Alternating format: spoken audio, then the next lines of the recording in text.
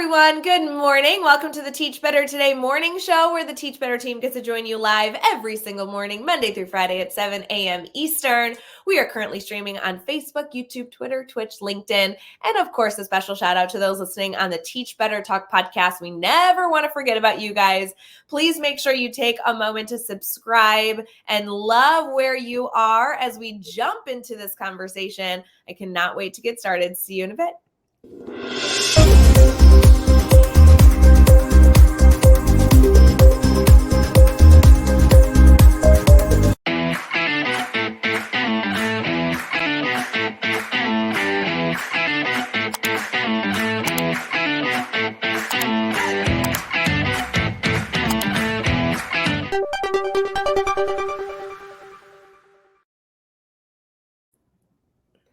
Hey everyone, thank you for joining Teach Better Today morning show. We have Pam here with us. Pam, how are you feeling this morning? Hi, Rae. I'm feeling great. It's I'm excited to be with you today on this great show and looking forward to our conversation. Oh, I'm so stoked for this conversation. For those of you who may not be connected to Pam, this is a perfect member of our educational community to add to your PLN. Pam, will you tell us a little bit about yourself, kind of what you do in case some of our listeners here aren't officially connected to you yet? Absolutely. So I'm a literacy educator and also a creator of programs that I am very proud to say have been loved by children and teachers and administrators across the country and even around the world. Some of the programs I've created include Lit Camp, which is a summer program for literacy that's used by a lot of school districts across the country, Math Camp as well, and also something perhaps some of your listeners might know about is World Read Aloud Day, which I invented and created with my team several years ago and now is celebrated worldwide. So I'm a real advocate for literacy, of course, and always an advocate for children. I've written several books, some of which with my co-creator, Dr. Ernest Morel, on the teaching of reading and writing. And I guess I'm most excited that, I'm always creating and I love to do it. And I love to do it with kids. So that's the best. Friends, I knew you were going to know Pam the moment she popped in. The moment you mentioned National Read Aloud Day, everyone celebrates. That is something that I bet most educators here were like, someone invented that. I just thought that existed the moment that education became a thing. We have to have it. So I love that we were able to celebrate so much of you, and maybe our listeners here are celebrating your work without even really knowing it's connected to you. Well, I love that. Actually, that's my favorite compliment is sometimes when people say to me, oh, you should know about Lit Camp or World Read Aloud Day, and I'm just like, that's awesome. I feel like the truth of the matter is my best co-creators really are children themselves. They've always had the best ideas. Whenever I follow their ideas, I come up with really good stuff. And I always want to shout back to them just to say, keep being creative, be imaginative. These are our future innovators and entrepreneurs, just like, all of us thinking about the future. We need young people who are actually going to really innovate new ideas. This world is hungry for new ideas, especially in education. So I always feel like I say to my team, listen to a 5-year-old. They're going to tell you the best stuff. I love this. Pam, our community here is going to be oogling over wanting to know everything about you. So I'm glad we could get a little snippet in this episode. Make sure, friends, that you go connect with Pam and the incredible work that her and her team are doing. Pam, let's take us back before you became this superstar of education that everyone bows to when I'm sure you walk in the grocery store and you get little curtsies from people. But before that time, what brought you to education? Why be in education of all things? You're clearly very bright. I'm sure you had so many options of different industries that you could have chosen to go into to influence. Why become a teacher?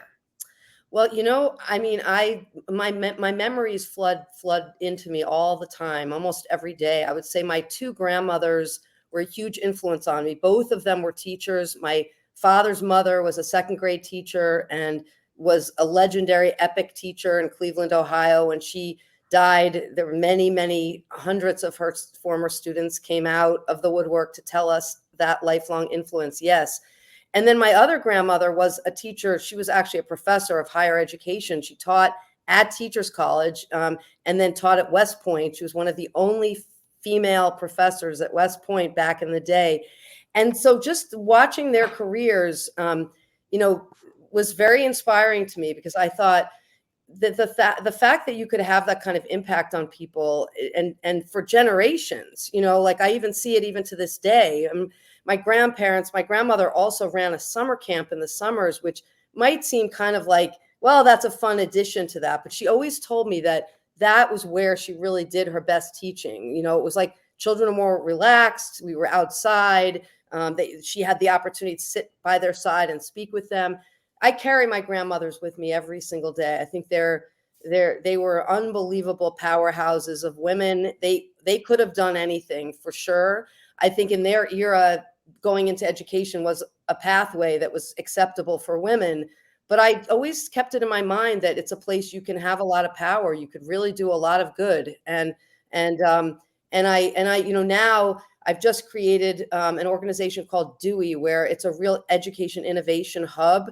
And we're making and creating new programs really like by the month to actually put out into the world. And I feel like, I'm an entrepreneur. I think I always have been, but education was a really great pathway. And I'll, all like bow down to my grandmothers, Ruth and Betty, like may their memories live forever, because they were the best. I mean, the best. Not only were they the best in their career, but for me personally, they were wonderful grandmothers. So I keep them with me. I love that story. How personal, but also relatable. My grandmother, too, was an educator, and she tutored me my entire upbringing, which I loved and hated, right? It's like you hate to be tutored, but grandma was the coolest. So I guess, she had the best candy while you had to torture yourself with math problems. And still to this day, she's the coolest educator. There's no doubt about it. So I love that our families can influence finding the right path. I would love to challenge our community this morning. If you have somebody, a family member that has influenced you to get into this field, we'd love to give them a little shout out. It's always fun to hear those stories. And then Pam, you went into education, and then I love that you noted the entrepreneurial connection. We here in the Teach Better team, we have a little family, little hub within our community that we call our edupreneurs. And these are educators that come together every Thursday. They have a little bit of a networking space that we have within our family. And it's educators that love the field of education and want to do more beyond it, sometimes reaching into that business field. I love that you've been able to find that balance as well. That's awesome. You have that group. I really want to encourage that, if that group is listening right now, because I think that is actually what's needed in education. I think that, obviously it was a field a lot of women went into, like my grandmother's, as a, path that seemed acceptable that way. And I think that there was this idea that teaching is sort of in one place and business is in another place. But what I do love that your edupreneurs, I love that word, coming together, is actually very empowering, for women, for one thing, but also, men too, obviously welcome. But I think there's just something really almost untapped about the fact that when I'm like, when you're with young people and you're actually in the act or in the moment of learning and thinking and building together, like kind of giving space for them to be entrepreneurial with you. So in fact, for example, just this morning, right before I got on the conversation with you, my team and I are creating a new program called Pals Town. It's a writing program for young children, pre-K through grade 3. And in the program, we were talking about like all the different kind of genres that children write in. And one of my colleagues said, one of the best things is to let's give the children the blank paper, to give them the blank space to actually create kind of the borders that they want, to make the genres they want, whether they're writing a list or a TV show outline, or they're going to write their own social media feed or whatever it is. And I just, again, like everywhere we can, let's put that entrepreneurship, whether it's us or our students. So good. Friends, obviously, this topic we could talk on forever. Pam, you are so speaking my language. I feel like you're not going to be able to get rid of me in your life moving forward. Excellent. After this episode. I love that. But for any of you listening, if you're not a part of our edu creator, edupreneur space, please know that we have that free newsletter that I'm sure you guys see all over popping up on social media. That's free. But then we have the mastermind that meets every Thursday. We have this like cool little group that hangs out in circle that shares ideas. It's full of authors and podcasters and people that own publishing companies. And, I just literally, Pam, last night, and I have to say this because I thought it was the coolest connection I've made in a long time. Somebody in the Edupreneur Mastermind is an educator who he was an art teacher. He left the classroom to essentially go into cities and do massive wall murals, but he takes on student interns as well as teacher interns to help create this community project. I'm like, this is the coolest thing. And to have an educator know the education space and make this intentional connection to bring it out of the school building and celebrate the community. I'm like, these people, educators have so many great ideas. I love that. Yeah, absolutely. I know. I was looking at, there was something on TikTok yesterday where a woman was saying, as if a kindergarten teacher was running Congress. It's excellent. If you just Google it, I'm sure you'll find it, everyone who's listening. But it is true. Teachers have to be incredibly resourceful, incredibly of the moment. We have to be able to pivot quickly. So when I started doing more entrepreneurial work around education and building and creating my own programs, I started to read, all these leadership books about entrepreneurism. And I was like, wait a minute. We know how to do this. Like, we're educators. We pivot on a dime. If you come into that classroom and like things feel hard, or there was a bad day, or the kids, something's happening in the world that feels heavy for you to have to deal with your kids, you have to pivot. You cannot like just sit there and follow that one lesson. You've got to pivot. And also when you have kids who are, like for me as a literacy educator, struggling readers, or kids who, you're teaching 5th or 6th grade, and they come in and say, I've never had a positive experience with reading or writing. You've got to pivot. You can't just sit there with that same textbook. You've got to figure out a way, how am I going to reach them? What better way is that to learn how to be an entrepreneur? So good. Yeah. Teachers do not give themselves enough credit. If you are in the education space, I promise you have so many more skills than even you can celebrate in yourself, which is why you need a strong network to continue to celebrate the work you're doing. Whether you decide to stay in a more of a simple space in education or expand your knowledge wherever you are in that phase of life, we would love to celebrate with you. And it sounds like Pam's going to be your biggest advocate ever.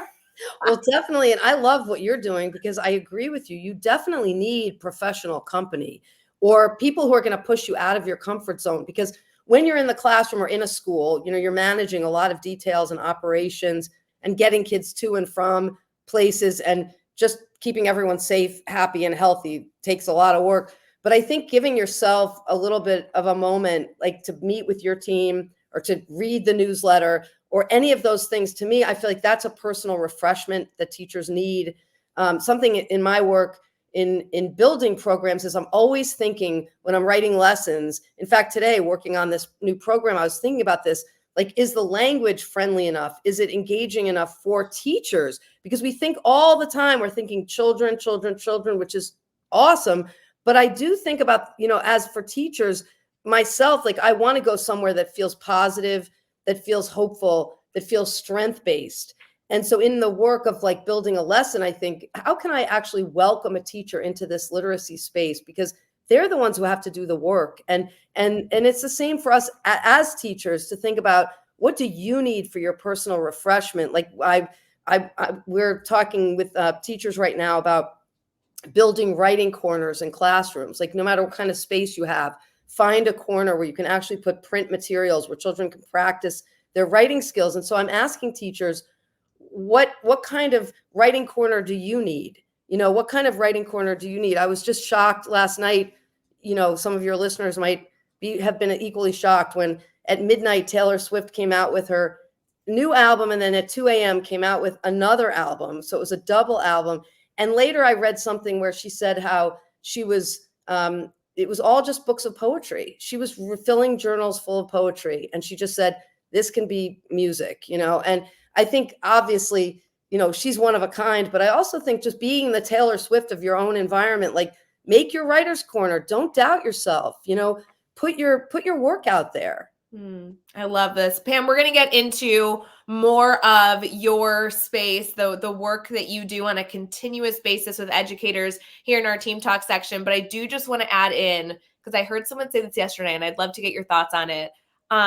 We were in this edupreneur space, and someone said, why aren't there more superintendents or principals or directors in this group? And I think my initial thought was, oh, well, this is really for educators that don't know a lot about business, that don't necessarily want to go get an MBA, but they're looking to really learn about how to use their education knowledge and transfer it into a little bit of a business space. And then someone said, well, don't our leaders have to balance that every single moment if they've moved from the classroom to anything else in education? And I just want to take a moment to celebrate, if you are an educational leader in any shape of the word, like anything, this might be a missing piece that you may not be exposing yourself to for professional development support. Everything from how to brand yourself well, how to communicate well. I love that you noted the communication. These are important skills that we have to practice, and they in turn serve our students so beautifully. And the administrators, the idea of branding, which, like you said, seems more on the business side, is actually, they have to do that every day. Every day. For their families, for their school boards. So those of you listening who are educational administrators, putting that lens on as yourself as an entrepreneur in your own environment, how could you do that differently? Oftentimes administrators will share with me, for example, a big problem right now across the country is a chronic absenteeism. And really it's about rebranding your school district as a place people want to come back to after COVID, and so that's something that administrators, I think a lot of administrators are very charismatic people. They're really inspirational people. And what I say to them is, and I'll say it today, is that don't just give your visionary message once at the beginning of the school year and back to school night. Say it every day in different ways across social media, in a newsletter, in any way that you can, to say, what is your core values? Because that's what your parents are looking for. That's what your grandparents are looking for. They're looking for inspiration from you. And the administrator, you play a huge role in telling the story of your school. So many good takeaways already, Pam. We got to get into Team Talk. We'll be right back.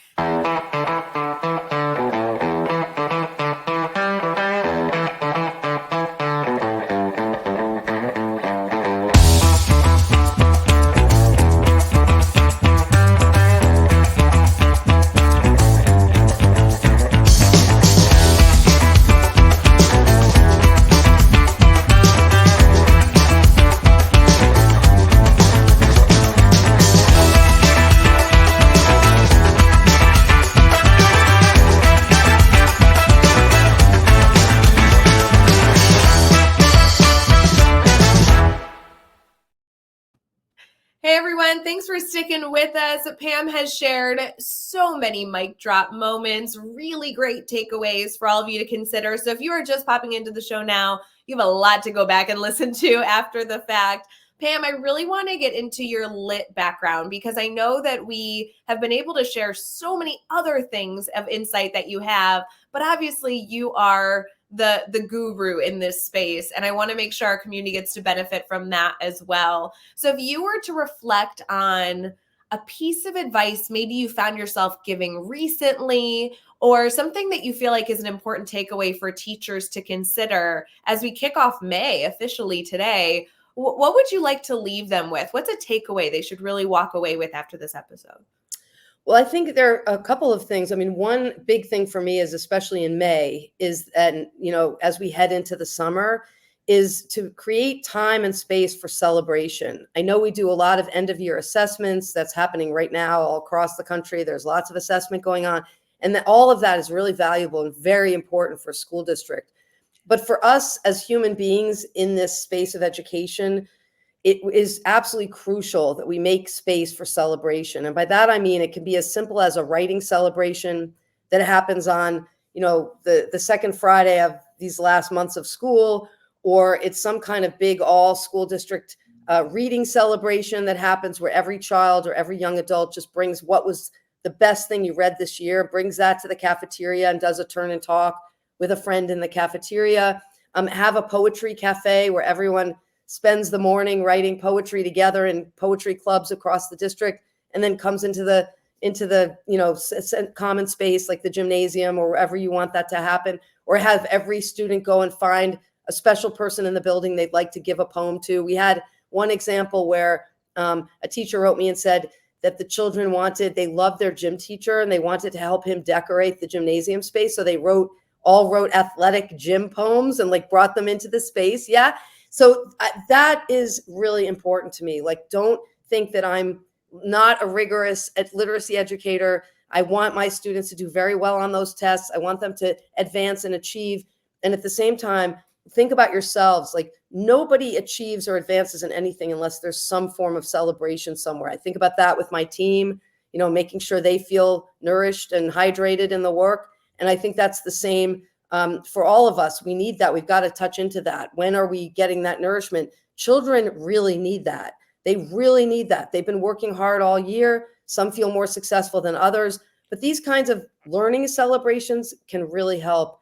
Then the other thing is, and this is a little more tactical, but this has been an amazing time for literacy. I'm very excited about the Science of Reading initiative. The movement has been great. I think we're really shifting in the right direction around some of these factors that have been very prohibitive for children in learning to read. However, I think the missing piece in this is the teaching of writing. And that's something that you'll hear me talk about all the time.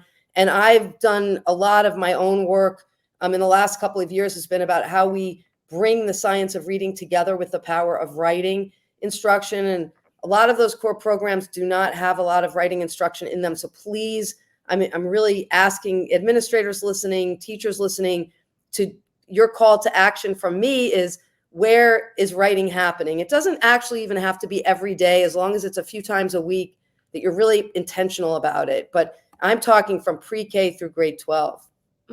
So many good ideas that you just shared. I feel like I'm going to have to rewind this episode and write a bunch of those down, because those are perfect activities. I'm picturing at any grade level. I'm a former middle school math teacher, and I was like, oh, I could do that. I could do that. That would be perfect for me. I love the opportunity of writing. I actually just did an episode with a member of our team, Katie Miglin, a few weeks ago, where we were talking about how teaching math was so amazing for us, but we really like teaching writing. And the discussion ebbed and flowed about really getting to know students. And so how wonderful would it be to be able to have every content area commit to multiple opportunities for writing throughout the week as a benefit as teachers, if there's nothing else, just to simply get to know our students better. I have a great opportunity to open that door and say, I need to do this for myself to better how I reach my learners. And there's so many good opportunities there. I love that. When we developed Math Camp in the last 2 years, I partnered with a colleague of mine who's a math genius, Mike Flynn, and he and I really worked together on that confluence of literacy and mathematics. And in literacy, some of it is really just, let's, like you said, really infuse all of our subject areas with more writing, whether it's a stop and jot in a math moment, or writing word problems to share with a peer, or even just really reflecting on problem solving. The act of writing, and I'm going to be, this is like a little bit controversial, but I am a real believer in the power of writing by hand. I think it's actually really important. I think that also young children get to practice sort of how they're making letters as they're doing that work. It's a lot more active than just pressing the keys on a keyboard. But I think even in like thinking about subject area writing, just that idea of whether it's stop and jot, or just to take a minute in a math journal or a social studies journal and do that work by hand, so children can share their notebooks. And I understand the power of technology. I love it. I mean, it's what's bringing us together today. I absolutely do. But for writing, I would like to make a call to action that we bring back the power of writing by hand and use it for benefit, because it helps you to process your thinking. So many good takeaways here. I'm excited to hear from all of you listening, how you might choose to incorporate even just one idea that's been shared. And gosh, if you've been here the whole episode, there's been a ton. So I'm very excited to see how all of you choose to implement this and where you decide to go. One of the things I very much want to make sure all of you do before this episode wraps up is go connect with Pam and her team. So Pam, do you mind sharing where our community can stay connected to you, keep this conversation going, and everything in between? Yeah. So first of all, just in the spirit of our entrepreneurship theme, is to visit deweycommunity.com. That's where we're creating all our new creations are there, and it's DEWEY community.com. Visit us, send us a note, keep in touch. We've just launched our LinkedIn page and our Instagram page, so like us there. We would love that. And then on the sort of more broader side of my work and my continuing writing work and the books that I've been working on and creating, keep in touch with me at PamAllyn.com, and that's ALLYN, and also just on social media. I'm really love Instagram. I spend a lot of time on Instagram. I think it's just an amazing tool for us educators to show each other our work. And so definitely find me there on X, on Facebook. I'm all there for you. Love it. Friends, don't forget, if you have any issues connecting with Pam, reach out to me or somebody on our team. We will absolutely make sure that you are connected in any way that you so choose. Pam and her team are doing incredible things, and this is definitely not an opportunity you want to sleep on. So go make these connections and continue to have these valuable conversations. Pam, thank you so much for coming on the show, talking shop, and sharing all the ideas you were able to share today. Well, I really appreciate you, and I love what you're doing. So I'm here to support you all in any way that I can, and we do it better when we do it together. That's for sure. And so I'm all in. I love the networking, and I'm really an advocate for the idea of the power of story, whether it's in our workplace and in the schools. And that idea of celebrating children's stories, that's what's going to sustain us always and always. So thank you very much. Yeah. Oh, it's so good. And Pam, when you're on the show, you're officially family. So you can't go anywhere now. You're officially Teach Better family. It is what it is. I'm honored. I'm so in. I love it. I love you. And I think this is great. So I'm with you all the way. I love it. Friends, have an amazing rest of your day. And of course, if you need anything, please know we are always here to support you. We'll see you next time on Teach Better Today. Bye, guys.